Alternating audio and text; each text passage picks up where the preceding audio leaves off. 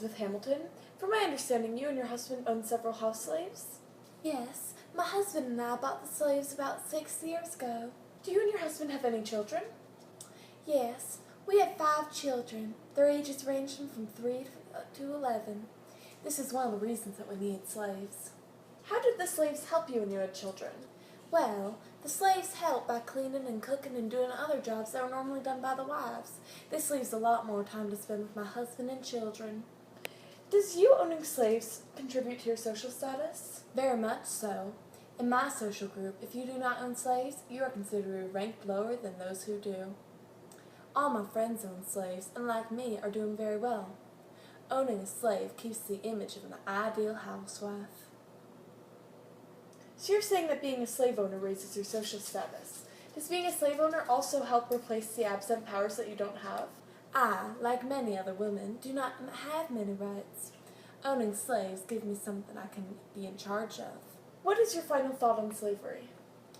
I believe that slavery is what God wants and is right in His eyes.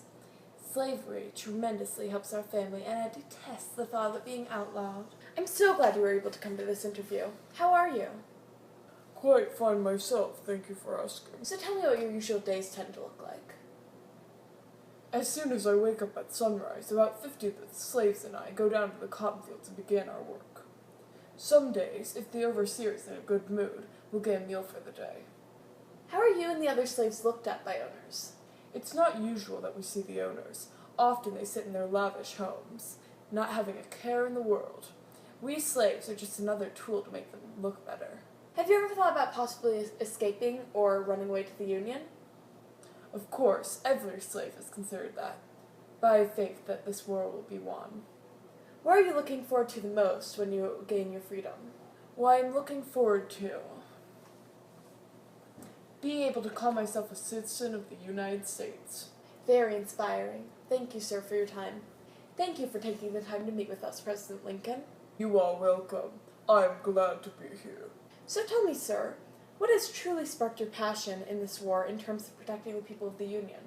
Initially, I never wanted any blood to be shed. However, I personally believe that every man is equal, and those are certain liberties that deserve to be fought for. Indeed. If you don't mind me asking, how are we as a nation progressing in the battle? Recently, in the past 3 years, we have been quite victorious in the small battles being fought. However, my men feel a monstrous breakthrough is coming for the U.S. very soon. I agree. What will a victory in this war look like for all of us?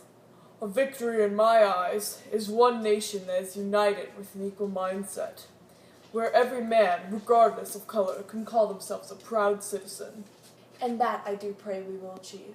Thank you for your time. You are welcome. Thank you for being with us today, sir. You're welcome. I am very honored to be here. So, becoming a soldier in this particular war is quite a risk. What triggered you to become a fighter for the Union?